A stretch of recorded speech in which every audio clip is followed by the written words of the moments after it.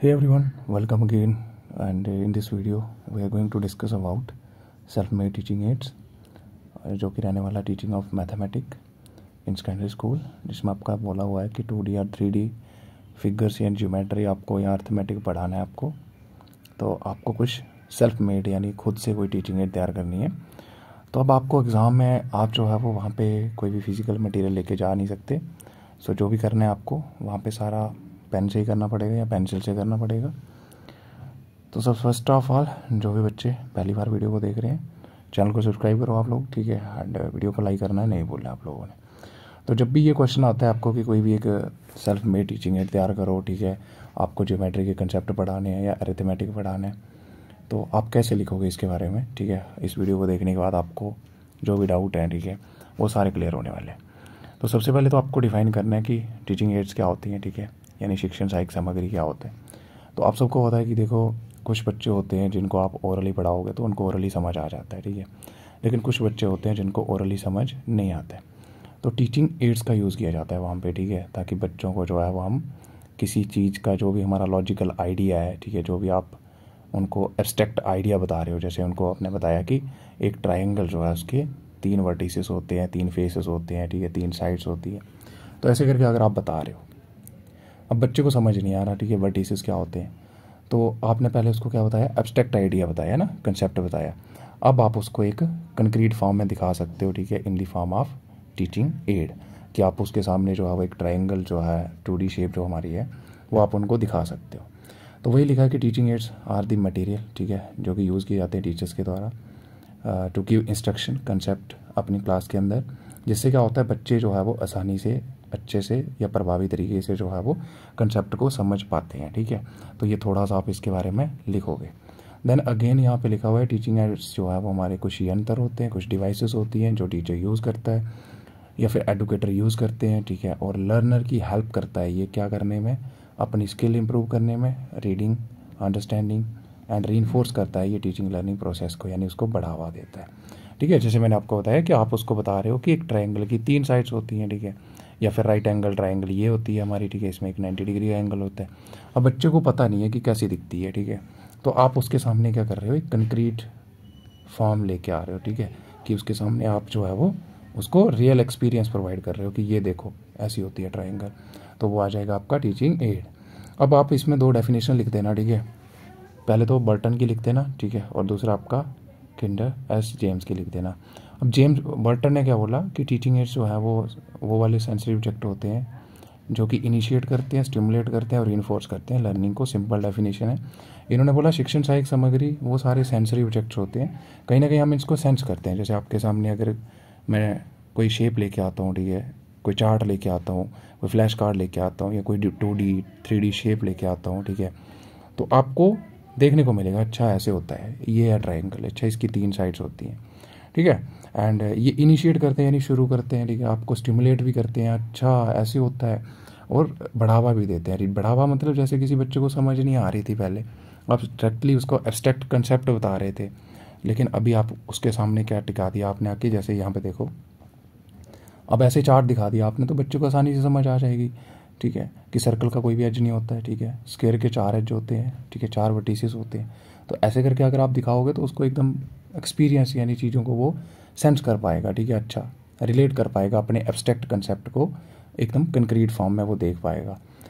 उसके बाद है जो यहाँ पे क्या लिखा हुआ है, एक और डेफिनेशन आ जाएगी आपकी किंडर एस जेम्स के द्वारा जो दी गई है, ठीक है। इन्होंने क्या बोला कि ऑडियो विजुअल एड्स कोई भी डिवाइस हो सकती है, ठीक है, जो कि यूज़ की जाती है लर्निंग को ज़्यादा कंक्रीट बनाने के लिए, रियलिस्टिक एंड मोर डायनामिक बनाने के लिए। तो कंक्रीट वही आ गया, जैसे कि मैंने आपको बताया कि क्वाड्रिलेटरल जो है उसकी 4 साइड्स होती हैं, ठीक है। अब बच्चों को समझ नहीं आ रही तो मैं आपको सामने एक चार्ट दिखा सकता हूँ कि ये देखो ये क्वाड्रिलेटरल है, ठीक है, और आगे डिफरेंट क्वाड्रिलेटर्स आप बता सकते हो, जैसे स्क्वायर हो गया, ठीक है, रेक्टेंगल हो गया, ठीक है, पैरेललोग्राम हो गया, ठीक है। तो ऐसे करके आप उसको एकदम टीचिंग लर्निंग को ज़्यादा किस फॉर्म में दिखा रहे हो, मोर कंक्रीट फॉर्म में, यानी जिससे मूर्त फॉर्म में, यानी उसके सामने एक मूर्त टिका दिया आपने। पहले आप उसको क्या दिखा रहे थे, अमूर्त, यानी आप डायरेक्टली अगर कोई चीज़ बता रहे हो तो एक एब्स्ट्रैक्ट आइडिया हुआ है ना, बच्चा कुछ देख नहीं पाएगा, लेकिन यहाँ पे बच्चा सुनने के साथ साथ चीज़ों को एक्सपीरियंस भी कर पाएगा, ठीक है, देख भी पाएगा, अच्छा ऐसा होता है। एंड मोर रियलिस्टिक चीज़ें लगेंगी, जैसे मेरे को अर्थ के बारे में पढ़ाना है, ठीक है, कि अर्थ जो है वो हमारी टिल्टेड है, ठीक है, 23 1/2 डिग्री एंगल बनाती है, तो बच्चों को नहीं पता चलेगा, लेकिन जब हम उनको ग्लोब दिखाएंगे तो उनको आसानी से समझ आ जाएगा, अच्छा ऐसे है। डन। उसके बाद देखो यहाँ पे क्या लिखा हुआ है, यहाँ पे सेल्फ मेड टीचिंग एड की डेफिनेशन लिख देनी है आपने। सेल्फ मेड टीचिंग एड मतलब यहाँ पे टीचर जो है वो खुद बनाएगा।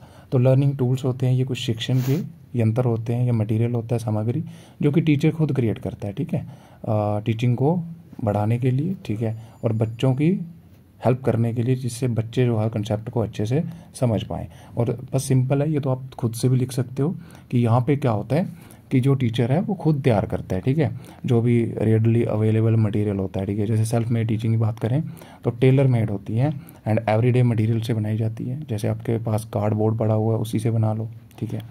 जियो बोर्ड आप बना सकते हो, सिंपली एक वुडन बोर्ड लेके उस पर नेल्स लगा के एंड एक रबर बैंड लेके आप बना सकते हो जियो बोर्ड।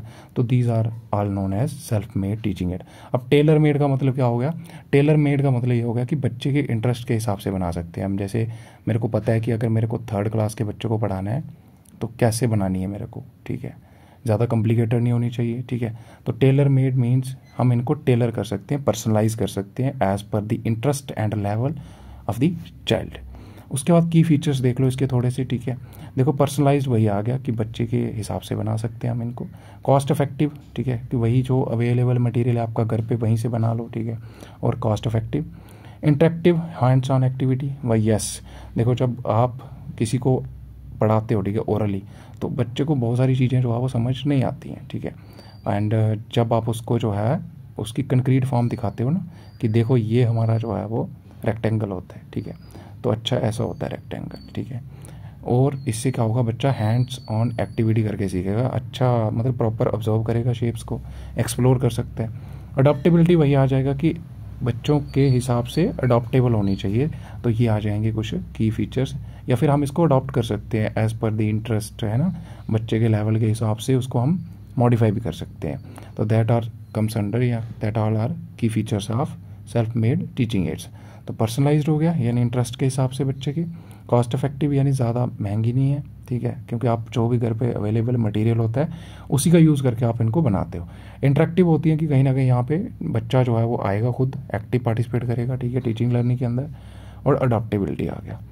एग्जाम्पल्स देख लो यहाँ पे, जैसे फ्लैश कार्ड हो गया, जियो बोर्ड्स हो गए, ठीक है। फ्लैश कार्ड्स में आप जैसे बहुत सारी चीज़ें दिखा सकते हो, जैसे फार्मूलास वगैरह। जियो बोर्ड्स आ गए, जैसे आपको शेप्स बनानी है, ठीक है, तो जियो बोर्ड्स आपका देखा होगा आपने, अगर नहीं देखा तो ऐसा होता है। देखो यहाँ पे, ये देखो यहाँ पे नेल्स लगाए हुए हैं, ठीक है, पीछे एक वुडन या फिर प्लास्टिक का बोर्ड होता है। आप एक रबड़ बैंड लेके डिफरेंट शेप्स बना के दिखा सकते हो, जैसे ये एक ट्राइंगल आ गया, ठीक है। अगर मेरे को स्क्वायर बनाना है तो मैं ऐसे करके बना सकता हूँ, ठीक है। अगर मेरे को यहाँ पे रेक्टेंगल बनाना है, ठीक है, तो वो मैं क्या करूँगा, यहाँ से लेके यहाँ तक रबड़ बैंड को लगाऊंगा। तो इस तरीके से हम जो है वो यहाँ पे अलग अलग शेप्स जो है वो जियो बोर्ड का यूज़ करके समझा सकते हैं बच्चों को। उसके बाद देखो यहाँ पे चार्ट्स एंड डायग्राम्स आ गया, 3D एंड 2D मॉडल्स भी जो है वो आप बना सकते हो। उसके बाद देखो यहाँ पे टीचिंग एड्स, तो इसने बोला कि जो भी हम सुनते हैं वो हमें 20% याद रहता है, ठीक है, और जब हम कोई चीज़ देखते हैं तो वो 30% रहता है, और जो हम सुनते हैं और देखते भी हैं तो वो 50% रहता है, लेकिन जो हम करते हैं और कहते हैं वो हमें 90% याद रहता है, ठीक है। तो देखो यहाँ पे बच्चा जो है वो खुद हैंड्स ऑन एक्टिविटी करेगा, ठीक है, एक्टिव पार्टिसिपेंट रहेगा, आएगा, चीज़ों को एक्सप्लोर करेगा, अच्छा ऐसा दिखता है वो, तो वही आएगा कि I hear, I forget, I see, I remember, I do, I understand. Done. तो ये कोट अगर आपको लिखना है तो लिख सकते हो इसको शुरू में ही। उसके बाद आ जाओ आप इनोवेटिव टीचिंग क्या होती है। देखो इनोवेटिव का मतलब ही क्या होता है, न्यू आइडिया, न्यू मेथड, ठीक है, कोई न्यू अप्रोच, कोई न्यू स्ट्रैटेजी। तो use of new methods, strategies, technologies in education to enhance learning experiences and outcomes. मतलब नए नए मेथड का यूज़ करना, नई नई स्ट्रैटेजीज का यूज़ करना, नई नई टेक्नोलॉजी का यूज़ करना, कहाँ पे, शिक्षा के अंदर, जिससे क्या होगा कि जो बच्चों के लर्निंग एक्सपीरियंसेस हैं वो इम्प्रूव हो एंड उनका आउटकम भी जो है वो बेहतर हो। That is innovative teaching. मतलब नए तरीके से पढ़ाना बच्चों को, जिससे हमारा जो टीचिंग का आउटकम है या लर्निंग का आउटकम है वो बेहतर हो।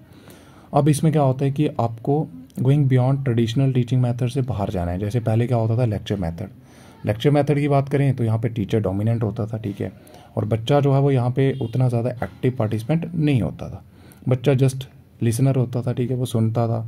एंड ज़्यादा यहाँ पे किस पे फोकस होता था, रट्टा, रोट मेमोराइजेशन, यानी चीज़ों को रटना है, याद करना है, समझना यहाँ पे नहीं होता था, ठीक है, बच्चा यहाँ पे एक्टिव पार्टिसिपेंट नहीं होता था। तो भैया आ गया कि अभी हम यहाँ पे ट्रेडिशनल अप्रोच से मूव करेंगे किसकी तरफ, मोर interactive, more engaging and student centre learning environment की तरफ। यानी यहाँ पे बच्चा जो है वो मेन सेंटर पॉइंट होगा, ठीक है, यानी चाइल्ड सेंटर्ड एजुकेशन की तरफ मूव करेंगे। बच्चा जो है वो खुद नॉलेज क्रिएट करेगा, जैसे कंस्ट्रक्टिविस्ट अप्रोच आ गया, आपने पढ़ा होगा।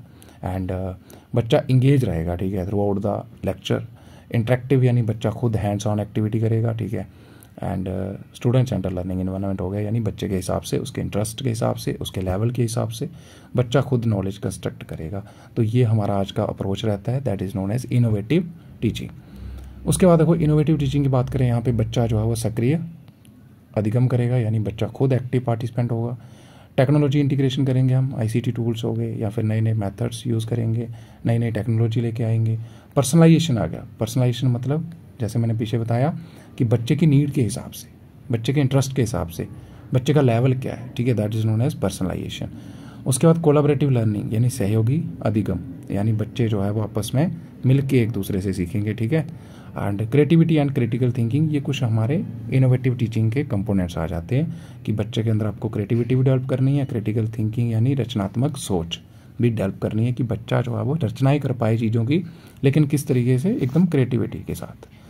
अब देखो एग्जांपल्स आ गई, जैसे गेमिफिकेशन आ गया, तो गेम्स के थ्रू आपने देखा होगा आजकल बहुत सारी गेम्स आ गई हैं, जैसे वर्ड पजल आता है, ठीक है, वहाँ पे भी बच्चे जो है वो अलग अलग वर्ड बनाते हैं, ठीक है, वहाँ पे लेटर्स दिए होते हैं, तो इसके थ्रू भी बच्चे कहीं ना कहीं जो है वो वर्ड फॉर्मेशन सीखेंगे। तो गेमिफिकेशन आ गया, ठीक है, और पीबीएल आ गया हमारा, फ्लिप्ड क्लासरूम हो गया, ठीक है, ये प्रोजेक्ट बेस्ड लर्निंग होता है हमारा, पीबी होता है प्रोजेक्ट बेस्ड लर्निंग, ठीक है, ये आपको पता है। वैसे यहाँ पे आपको एक प्रोजेक्ट दिया जाता है, ठीक है, आप खुद उसके ऊपर रिसर्च करते हो, ठीक है, बाद में आपको रिपोर्ट बनानी होती है, तो दैट इज़ कि आप यहाँ पे खुद कंस्ट्रक्ट कर रहे हो नॉलेज। फ्लिप्ड क्लासरूम आगे, जैसे आप जो है वो घर पे कुछ चीज़ें सीखोगे, ठीक है, यूट्यूब पे वगैरह वीडियोस देख ली, ठीक है, या फिर घर पे उस पर रिसर्च करी, देन आप क्लासरूम में आके उसके ऊपर डिस्कशन करोगे, तो फ्लिप्ड क्लासरूम आ गया। उसके बाद इनोवेटिव टीचिंग की बात करें तो यहाँ पे लर्निंग को ज़्यादा से ज़्यादा हमको डायनामिक बनाना है, इंगेजिंग एंड अडॉप्टेबल बनाना है, ठीक है, ताकि हर एक बच्चा जो है वो कहीं ना कहीं सीख पाए, यानी जो हमारा एजुकेशनल आउटकम है वो बेहतर हो पाए।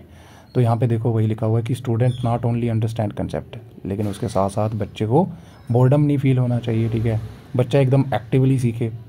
तो ये हमारा यहाँ पे रहता है मेन गोल। तो इन्जॉय करें साथ साथ में the process of learning, that is innovative teaching. तो बहुत अच्छे से यहाँ पे कंटेंट लिखा हुआ है, ठीक है, और आई होप कि बहुत सिंपल लिखा हुआ है। उसके बाद देखो सेल्फ मेड टीचिंग एड की बात करें तो आपके सिलेबस के अंदर लिखा हुआ है कि टीचिंग ज्योमेट्री पढ़ाना है आपको, अरिथमेटिक जिसमें आपको क्या क्या यूज़ कर सकते हो आप। तो पहले तो 3D जियो बोर्ड आ गए आपके, जो मैंने आपको बताया, 2D 3D शेप्स आ गई, और ट्रांसफॉर्मेशन किट, जिसमें क्या होता है कि आपको जैसे पेपर कटआउट होते हैं ना, पेपर कटआउट होते हैं, ठीक है, जैसे आपने देखा होगा पेपर कटआउट होते हैं, फिर आप इससे अलग अलग जो है वो शेप्स बनती हैं, वो आप बना के दिखाओगे बच्चों को। तो नीचे आपको दिखा दूंगा मैं, ठीक है। तो अब देखो यहाँ पे इंट्रोडक्शन लिखोगे आप इसमें कि geo boards with 3D models, relationship between 2D and 3D figures. तो ये आप लिखोगे कि यहाँ पे जियो बोर्ड्स की हेल्प से हम जो है वो 3D मॉडल का रिलेशन क्या है किस किस के बीच में, 2D और 3D फिगर्स के बीच में, वो आप समझा सकते हो, ठीक है। जैसे मैंने आपको नीचे बताया भी था कि जियो बोर्ड की हेल्प से हम 2D शेप्स समझा सकते हैं, 3D भी बना सकते हो आप उससे। फिर आएगा इंट्रोडक्शन ऑफ अरिथमेटिक कंसेप्ट, कि इसके हेल्प से हम जो है वो अरिथमेटिक कंसेप्ट को भी इंट्रोड्यूस कर सकते हैं, जैसे पैरीमीटर निकालना है, area, surface area, element, volume, hands on approach के साथ बच्चा खुद वहाँ पे करेगा, ठीक है। अब मटेरियल क्या क्या चाहिए आपको जब भी आप सेल्फ में टीचिंग एड तैयार करोगे, तो जैसे जियो बोर्ड हो गया आपका, जियो बोर्ड में आपको क्या क्या चाहिए, एक फ्लैट बोर्ड चाहिए, और ग्रिड ऑफ पैक्स चाहिए उसमें, या नेल्स जैसे मैंने आपको बताया अभी नीचे, इलास्टिक बैंड चाहिए, ठीक है, अलग अलग कलर्स का बना सकते हो आप, जिससे आप डिफ्रेंशिएट कर पाओगे, ठीक है, अलग अलग शेप्स की साइड्स, और and size to form shapes, ये वही आ गया। And 2D 3D transformation set चाहिए आपके पास, जिसमें 3D प्रिंटेड जियोमेट्रिक शेप्स आ जाएंगी आपकी, क्यूब्स हो गया, कोन्स हो गया, स्फेयर्स हो गए, सिलेंडर्स, प्रिज्म, एंड देन आएगा cutout 2D net of these shapes. अब 2D नेट जो होते हैं इसकी हेल्प से हम 3D शेप्स बना सकते हैं। मैं नीचे दिखा दूंगा। ग्रिड पेपर आ गया, ठीक है, जिसमें आप अलग अलग 2D शेप्स जो है वो ड्रा कर पाओगे। मार्कर चाहिए, ठीक है, लेबलिंग करने के लिए और प्रॉपर्टीज़ वगैरह लिखने के लिए। अब देखो यहाँ पे मेजरिंग टेप्स भी, रूल्स, जिससे आप बच्चे जो है वो कैलकुलेशंस वगैरह कर पाएँ, ठीक है। पैरामीटर हो गया, एरिया। वाइट बोर्ड चाहिए या चार्ट पेपर, जिसमें टीचर जो है वो साथ साथ में डेमोस्ट्रेट भी करेगा चीज़ों को कि ये देखो ऐसे इसका एरिया निकाला जाता है, ठीक है। अब देखो आपको पेपर में जो है वो आप डायरेक्टली वहाँ पे कोई शेप तो बना नहीं सकते, ठीक है, पर्टिकुलर कि घर से लेके उठा के मटेरियल, वो तो आप लिख नहीं सकते। तो जो भी करना है आपको वो लिख के करना है। तो सर्कल बना देना ऐसे करके, स्क्वायर ऐसे करके बना देना, हेक्सागन आपको पता है जिसकी 6 साइड्स होती हैं, रेक्टेंगल हो गया आपका, ट्राइंगल हो गया, राइट एंगल ट्राइंगल हो गया, ठीक है, लिप्स हो गया, स्टार। ये आप बना दोगे 2D शेप्स, ठीक है, पेपर में कुछ नहीं है इसमें। उसके बाद आपका 3D शेप्स आ जाएंगी, तो ये भी आपको बनाना आनी चाहिए, प्रैक्टिस कर लो थोड़ी। ये आपका सिलेंडर आ गया, ठीक है, ये प्रिज्म आ गया आपका, ये कोन आ गया आपका, क्यूब आ गया आपका, क्यूबाइड आ गया आपका, स्फीयर आ गया और हेमीस्फीयर। तो ये आपको बनाने आने चाहिए। सिंपली ये बना के आ जाओ तो इसके ऊपर लिख देना 3D चार्ट, ठीक है। अब देखो यहाँ पे इंस्ट्रक्शन फॉर यूज़ लिखा हुआ है कि कैसे आपको यूज़ करना है। तो स्टेप 1 में आप क्या करोगे, जियो बोर्ड की हेल्प से 2D शेप्स को इंट्रोड्यूस करोगे, ठीक है। तो ये मैंने आपको बता दिया, ऐसे करके आप अलग अलग शेप्स उनको बना के दिखा सकते हो। एंड ये देखो, begin lesson by introducing 2D geometric shapes, ये जियो बोर्ड का यूज़ करके आप उनको समझाओगे। उसके बाद फिर बच्चों को बोलोगे इलास्टिक बैंड का यूज़ करो और अलग अलग शेप्स बनाओ, जैसे ट्राइंगल, क्वाड्रिलेटरल्स, पॉलीगॉन्स बनाओ। तो बच्चे खुद बनाएंगे। तो यहाँ पे क्या हो गया, हैंड ऑन एक्टिविटी हो गया ना, डन। उसके बाद की जियोमेट्रिक कंसेप्ट क्या क्या पढ़ाएंगे हम यहाँ पे, जैसे टाइप्स ऑफ एंगल पढ़ा सकते हो आप इसके माध्यम से, यस पढ़ा सकते हो, ठीक है, अलग अलग से कर सकते हो। जैसे इधर रबर बैंड को अटैच करो, फिर इधर, एक सेकेंड, जैसे ये हमारा जियो बोर्ड है, ठीक है। अगर आपको डिफरेंट डिफरेंट एंगल्स पढ़ाने हैं, ठीक है, तो ऐसे करके आप यहाँ पे शेप बना दो, ठीक है। तो ये कौन सा ट्राइंगल हो गया, अक्यूट एंगल ट्राइंगल हो गया, ठीक है। फिर उसके बाद इसको ऐसे करो और यहाँ से ऐसे रबर बैंड को लगाओगे तो राइट एंगल हो जाएगा। ऐसे करके आप जो है डिफरेंट डिफरेंट शेप्स जो है वो पढ़ा पाओगे, डिफरेंट डिफरेंट एंगल्स जो है वो बच्चों को पढ़ा पाओगे, प्रॉपर्टीज़ पढ़ा पाओगे, उनकी पैरामीटर पढ़ा पाओगे, एरिया, डन। उसके बाद स्टेप सेकंड की बात करें तो यहाँ पे आप 2D की साइड से अभी 3D की साइड जाओगे विद ट्रांसफॉर्मेशन सेट के साथ। तो ये देखो यहाँ पे कटआउट जो है हमारे, ये आप बना दोगे पेपर में, ठीक है, अलग अलग। और concept of 3D geometry introduce करोगे आप। ये देखो, ये पेपर कटआउट आ गए, इनसे आप जो है वो अलग अलग शेप्स बना सकते हो। पेपर में आपको ये वाले बना के आने, सिंपल है, ठीक है। तो ये आप घर से बना के लेके जा सकते हो, हैंड मेड बना सकते हो आप इनको। उसके बाद उनको आपको कटआउट दिखाने हैं, ठीक है, flat 2D version of 3D shapes, जैसे क्यूब, क्यूबाइड, सिलेंडर। तो ये देखो यहाँ पे सारे बने हुए हैं, ठीक है। देन आपका आ जाएगा डेमोस्ट्रेट करना है how the 2D net fold into 3D shape. आप उनको दर्शाओगे कि कैसे 2D जो नेट हैं इनको फोल्ड करके हम 3D शेप बना सकते हैं, ठीक है। और let student demonstrate and explore, और उसके बाद बच्चों को खुद करने दो कि कैसे 2D शेप्स जो है ब्लॉक बनते हैं, किसके, 3D फिगर्स के, ठीक है। तो हैंड ऑन एक्टिविटी अगेन, तो ये आ गया आपका second self made teaching add. Step third क्या होता है कि 3D शेप को एक्सप्लोर करना है विद ट्रांसफॉर्मिंग सेट के साथ। तो अगेन वही आ जाएगा, 3D प्रिंटेड शेप्स उनको दे दो, ठीक है, और बच्चों को इनक्रेज करो कि ऑब्जर्व करो और कैसे जो है 2D शेप्स जो है वो बनाती हैं फेसेस ऑफ 3D शेप्स के, ठीक है। सिंपल है, कुछ नहीं है इसमें। एंड की कंसेप्ट टू टीच क्या क्या पढ़ाया जाएगा, फेसेस, एजेस, वर्टिसेस हो गए, वर्टिसेस आपको पता है जहाँ पे 2 साइड्स मिलती हैं, सरफेस एरिया हो गया, वॉल्यूम, डन। उसके बाद स्टेप 4 में आप अरिथमेटिक कनेक्शन भी पढ़ाओगे, जैसे पैरामीटर क्या है हमारा, कहीं ना कहीं आपका नंबर का यूज़ होगा यहाँ पे, तो अरिथमेटिक, एरिया, वॉल्यूम, ये भी आप इंट्रोड्यूस करोगे। स्टेप 5 में स्टूडेंट एक्टिविटीज़ और ज़्यादा कराओगे आप, एंड ग्रुप वर्क भी उनको आप असाइन करोगे। जैसे आपने उनको पहले एक्टिविटी क्या दे दी कि बच्चों को 2D शेप्स दी और उनसे पूछा कि ask them to draw 2D nets on grid paper पे बोला कि 2D नेट बनाओ, पहली एक्टिविटी। जब नेट रेडी हो जाएंगे अब उनको आप बोलोगे कि फोल्ड करो इनको, ठीक है, और 3D शेप्स बनाओ कॉरस्पॉन्डिंग। जैसे आप अगर स्क्वायर का 3D बनाओगे तो क्या बनेगा, क्यूब, रेक्टेंगल का बनाओगे तो क्यूबाइड, ऐसे करके सो ऑन, ठीक है, ये आपको पता है। उसके बाद देखो यहाँ पे एक्टिविटी सेकंड की बात करें तो जियो बोर्ड एक्सप्लोरेशन, यानी इस पे बच्चे अभी एक्सप्लोर करेंगे नई नई चीज़ें, ठीक है। अलग अलग शेप्स बनाएंगे, यहाँ पे नए नए कंपाउंड शेप्स बनाएंगे। देखो ऐसे करके आप जो है वो 3D शेप भी बना सकते हो। ये आपका एक क्यूबाइड आ गया, क्यूबाइड नहीं सॉरी क्यूब है ये, ठीक है, क्योंकि स्क्वायर से बना हुआ है, इसकी सारी साइड्स क्या हैं, इक्वल दिख रही है आपको यहाँ पे। तो ऐसे करके आप जो है वो रबर बैंड से आपको सिंपली ड्रा करना है ये, ठीक है। तो इसको मान लेना आप रबर बैंड है, ठीक है, ये आपका रबर बैंड है। अब पेपर में आपको इसको ऐसे बना के आ जाना है, ठीक है। उसके बाद calculate area and parameter volume etcetera भी आप कैलकुलेट करने को उनके बोल सकते हो। तो ये आपकी एक्टिविटी सेकंड आ जाएगी, डन। उसके बाद आ जाओ आगे। अभी लर्निंग आउटकम क्या रहेगा, अभी जो आपने हैंडमेड टीचिंग एड का यूज़ करा, ठीक है, तो इसका क्या परिणाम रहेगा। तो बच्चे जो है वो 2D और 3D ज्योमेट्री अच्छे से समझ पाएंगे। तो students will able to identify and form 2D and 3D shape बना पाएंगे, वो समझ पाएंगे। और 2D शेप्स कैसे जो है वो 3D शेप्स के फेसेस बनाते हैं ये भी बच्चे समझ पाएंगे जब आप उनको कटआउट प्रोवाइड करोगे, या फिर उनको आप बोलोगे कि खुद कटआउट तैयार करो, डन। प्रैक्टिकल अरिथमेटिक स्किल भी डेवलप होंगी, जैसे बच्चे जो है प्रैक्टिस कर पाएंगे पैरामीटर कैसे निकालना है, एरिया, सरफेस एरिया, वॉल्यूम, ठीक है। फिजिकल मॉडल का यूज़ करके जो है बच्चे कर पाएंगे। स्पेटियल रीजनिंग हैंड विजुलाइज कर पाएंगे चीज़ों को। अच्छा, जैसे आपने उनको एब्स्ट्रैक्ट कंसेप्ट बताया ना कि एक ट्राइंगल, राइट एंगल ट्राइंगल ऐसी होती है, या जो हमारा रेक्टेंगल होता है इसकी अपोजिट साइड्स बराबर होती है, ठीक है, और 90 डिग्री का एंगल बनता है। बच्चों को आप वहाँ पे बच्चे खुद विजुलाइज कर पाएंगे चीज़ों को, है ना। और इससे क्या होगा, बच्चों की एबिलिटी बढ़ेगी to visualize complex geometric transformations and hand on outcome भी होगा। बच्चे खुद एक्टिवली इंगेज होंगे यहाँ पे लर्निंग के अंदर, और कंसेप्ट और ज़्यादा उनको अच्छे से समझ आएंगे, अच्छे से याद कर पाएंगे। तो दैट ऑल क्या रहेगा हमारा लर्निंग आउटकम। तो ये आप पॉइंट लिख दोगे। इनोवेटिव एलिमेंट क्या कहते हैं इसमें, इंटरेक्टिव हुआ, यस, इंटरेक्शन हुआ ना बच्चों का, एक्टिव इंगेज थे, यस। हैंड ऑन लर्निंग हुआ, बच्चे खुद बना रहे थे, यस। इंटीग्रेटेड लर्निंग हो गया, ज्योमेट्री के साथ साथ अरिथमेटिक कंसेप्ट को बच्चे इंटीग्रेट कर पा रहे थे। ट्रांसफॉर्मेशन थिंकिंग आई कि कैसे 2D से 3D शेप्स बनती हैं, डन। तो ये कुछ हमारे इनोवेटिव एलिमेंट्स।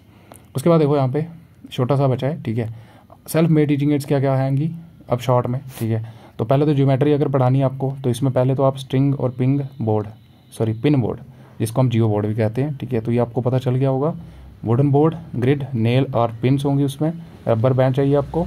इसमें आप अलग अलग शेप्स, एंगल्स, एरिया, जैसे पॉलीगॉन हो गया, ट्राइंगल्स पढ़ा सकते हो, यस। देख लो यहाँ पे बना दे आना है आपको, ठीक है, यही बनाना है आपको पेपर में, कुछ नहीं करना है, ये बना के आ जाना। क्योंकि आप वहाँ पे जो भी है पेन से करोगे, ठीक है, डायरेक्टली आप कुछ भी बना के घर से लेके नहीं जा सकते कि अटैच कर दिया क्वेश्चन पेपर के अंदर, ठीक है, ये आंसर लिख दिया।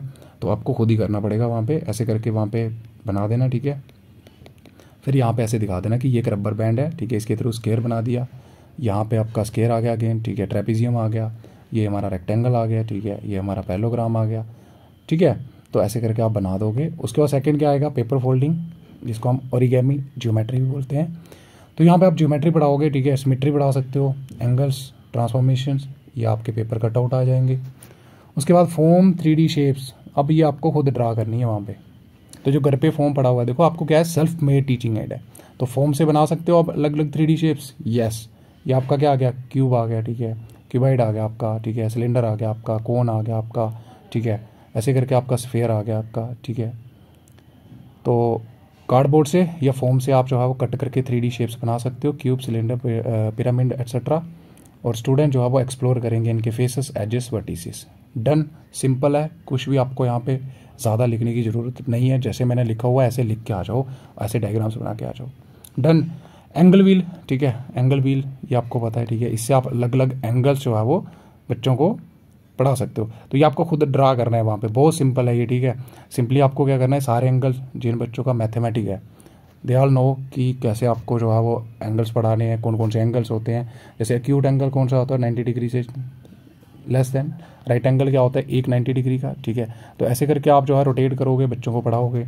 ऑब्ट्यूज एंगल क्या होता है, 90 से अबव होता है, ठीक है, तो ये वाला आपका ऑब्ट्यूज एंगल आ जाएगा। स्ट्रेट एंगल क्या होता है, यानी आपका 180, ठीक है। फिर आपका रिफ्लेक्स एंगल क्या होता है, 180 से ऊपर, 360 से नीचे। और फिर आपका कंप्लीट एंगल यानी 360 डिग्री। फिर थोड़ा एंगल का कंसेप्ट बता दोगे कि एंगल क्या होता है। तो जब दो रे, यानी एक रे स्टैटिक रहती है और दूसरी रे रोटेट करती है, ठीक है, पहले रोटेट करते हुए यहाँ पे गई तो कौन सा बना, एक्यूट एंगल। फिर ये रोटेट करते यही आगे गई तो पहुँच गई यहाँ पे 90 डिग्री बना दिया तो आपका बन जाएगा क्या, राइट एंगल, ठीक है। फिर ये आगे मूव करी तो इसने बना दिया 90 से अबव, यानी 120 का बना दिया, 135 का, तो आपका आ जाएगा ऑब्ट्यूज। फिर आपका आ जाएगा कि ये सामने चली गई बिल्कुल ऑपोजिट, तो क्या बन गया, स्ट्रेट एंगल 180 डिग्री। रिफ्लेक्स फिर से ये मूव करते हुए यहाँ से यहाँ आ गई, ठीक है, तो इसने बना दिया 240 डिग्री एंगल, तो क्या हो जाएगा, रिफ्लेक्स। ऐसे करके फिर से इसके ऊपर आ गई रे अगेन मूव करके, यानी रोटेट करते हुए, तो आपका बन जाएगा कंप्लीट एंगल। ऐसे करके आप जो है वो एंगल व्हील के माध्यम से पढ़ा सकते हो। तो ये आप खुद पेपर में ड्रा करके आओगे। उसके बाद देखो यहाँ पे अरिथमेटिक टीचिंग एड्स आ जाएगा। अरिथमेटिक मतलब जैसे कैलकुलेशंस वगैरह आ जाएंगी आपकी। अब अबैकस आप यूज़ कर सकते हो एडिशन, सब्सट्रैक्शन, मल्टीप्लिकेशन के लिए। ये आपको पेपर में ड्रा करना है, ठीक है। वुडन स्टिक्स प्लस बीड्स का यूज़ कर सकते हो आप, घर पे अवेलेबल होता है, यस। प्लेस वैल्यू चार्ट बना सकते हो आप, ठीक है। प्लेस वैल्यू मतलब पर्टिकुलर जो हमारा डिजिट है उसकी क्या प्लेस वैल्यू है, यानी स्थान अंक क्या है उसका। तो जैसे ये आपको पता है, ठीक है, ऐसे करके आपको पेपर में चार्ट बनाना है एक, ठीक है। और ऐसे ही करके आपको यहाँ पे बना देना है बॉक्स। तो इस बॉक्स को आप ऐसे करके डिवाइड कर लेना, ठीक है। फिर आप लिख देना जैसे यहाँ पे नंबर लिख देना कोई भी, और नीचे तो आपको पता ही 1, 10, 100,000, 10,000 और लाख। डन। फ्रैक्शन पिज़्ज़ा, तो इसका भी आप यूज़ कर सकते हो, ठीक है। घर पे आपको अवेलेबल होता है ये चीज़ें, तो ऐसे करके आप जो है वो पिज़्ज़ा बॉक्स ले जा सकते हो, ठीक है। उसके अलग अलग आप फ्रैक्शन के थ्रू जो है वो फ्रैक्शंस पढ़ा सकते हो। जैसे यहाँ पे देखो पूरा है, ठीक है, तो 1/1 आ गया। यहाँ पे क्या है, 2 हिस्सों में हमने इसको डिवाइड कर दिया, और आधा बचा हुआ है तो 1/2 बचा हुआ है। इसको हमने 3 हिस्सों में डिवाइड कर देना है, ठीक है। तो ये आपको पेपर में ड्रा करने हैं, आप एक्चुअली में वहाँ पे लेके नहीं जा सकते ये चीज़ें, तो ये सारा आप ड्रा करोगे। मल्टीप्लिकेशन व्हील आ गया, ठीक है। जैसे अब आप पर्टिकुलर मल्टीप्लिकेशन बढ़ानी है तो ये भी आप ड्रा करके आओगे। जैसे 6 को मल्टीप्लाई करोगे 3 से ये आ जाएगा, 4 से करोगे ये, तो इसको रोटेट करोगे आप। जैसे यहाँ पे 6x इस साइड आएगा तो 36 हो जाएगा, 7 की साइड जाएगा तो 42। तो ये आप ड्रा कर दोगे, बहुत सिंपल यहाँ पे तरीके से चीज़ें आपको देखने को मिलेंगी। नंबर लाइन एंड रोप का भी यूज़ कर सकते हो आप। तो ये आपको ऐसे करके पेपर में ड्रा कर देना है, ठीक है। यहाँ पे एक ऐसे करके एरो बना दो, ठीक है। और यहाँ पे आप इसका नीचे को एरो बना दो, और नीचे आप जो है वो यहाँ पे नंबर्स लिख दो, ठीक है। इंटीजर्स पढ़ा रहे हो, जैसे 0 होता है हमारा, इस साइड नेगेटिव इंटीजर होते हैं, इस साइड पॉजिटिव। तो पेपर में लिख के आ जाओ ना, बना के आ जाओ ऐसे करके, तो आपका बन जाएगा क्या, number line and rope. Done. तो ये आपकी थी कुछ self made teaching aid to teach arithmetic and geometric concept. बहुत सिंपल था, ठीक है, और जितना सिंपल हो सकता था मैंने यहाँ पे बना दिया हुआ है। अब आपके हाथ में कि आप कैसे करके आते हो, ठीक है। और जब भी चीज़ों को लिखना है, क्या लिखना है, सबसे पहले मीनिंग से शुरुआत करो, ठीक है। टीचिंग एड्स क्या होती हैं, डेफिनेशन लिखो। सेल्फ मेड टीचिंग एड क्या है, क्या क्या इनके अंदर होते हैं, की फीचर्स लिखो, थोड़े थोड़े एग्जाम्पल दे दो, ठीक है। देन आप क्या लिखोगे, इनोवेटिव टीचिंग क्या है, ठीक है, इसकी एग्जांपल्स लिख दो। इनोवेटिव टीचिंग का रिजल्ट क्या होता है, क्यों करते हैं। सेल्फ मेड टीचिंग एड के ऊपर आ जाओ, इंट्रोडक्शन लिखो, ठीक है। और मटेरियल क्या क्या चाहिए आपको, डन। उसके बाद आपके स्टेप्स लिख दो, ठीक है, जो भी हमने पढ़े इंस्ट्रक्शन फॉर यूज़, कि पहले आप 2D शेप्स बताओ उनको, ठीक है। फिर आप 2D से 3D बनाना सिखाओ उनको, ठीक है। फिर ट्रांसफॉर्मिंग सेट के थ्रू माध्यम से पढ़ा हुआ उनको। देन आपका स्टूडेंट एक्टिविटीज़ करवा दो, ठीक है, अरिथमेटिक कनेक्शन बताओ। देन आपका कुछ एक्टिविटीज़ दे दो उनको करने को, ठीक है, जैसे 2D शेप ड्रा करने को बोल दो। सेकंड में आप उनको पेपर कटआउट प्रोवाइड कर दो, ठीक है, और उससे उनको आप 3D शेप बनाना सिखाओ, खुद एक्सप्लोर करने को। लर्निंग आउटकम क्या रहेगा, ये मैंने आपको बता दिया कि बच्चे 2D 3D ज्योमेट्री समझ पाएंगे, ठीक है। देन आपका इसके साथ प्रैक्टिकल अरिथमेटिक स्किल बढ़ेंगी, उनकी विजुलाइजेशन की स्किल बढ़ेगी, ठीक है। हैंड ऑन आउटकम आएगा, बच्चे खुद एक्टिविटी करके सीखेंगे। इनोवेटिव एलिमेंट बता दो, ठीक है, कि यहाँ पे इंटरेक्शन हो रहा है, हैंड ऑन लर्निंग हो रहा है, इंटीग्रेटेड लर्निंग हो रहा है, ट्रांसफॉर्मेशन थिंकिंग बढ़ेगी। देन आप थोड़ा सा टीचिंग एड्स बता दो कि कौन कौन सी हम बना सकते हैं, और थोड़े से इनकी आप चित्रकारी करके आ जाओ, बहुत अच्छे से आपका जो है वो आंसर बन जाएगा। So that's it.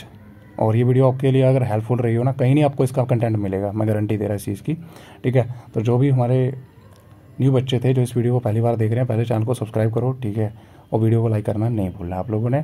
सो आज के लिए इतना ही, ठीक है, मिलते हैं अगली वीडियो में, तब तक के लिए bye bye and have a good day.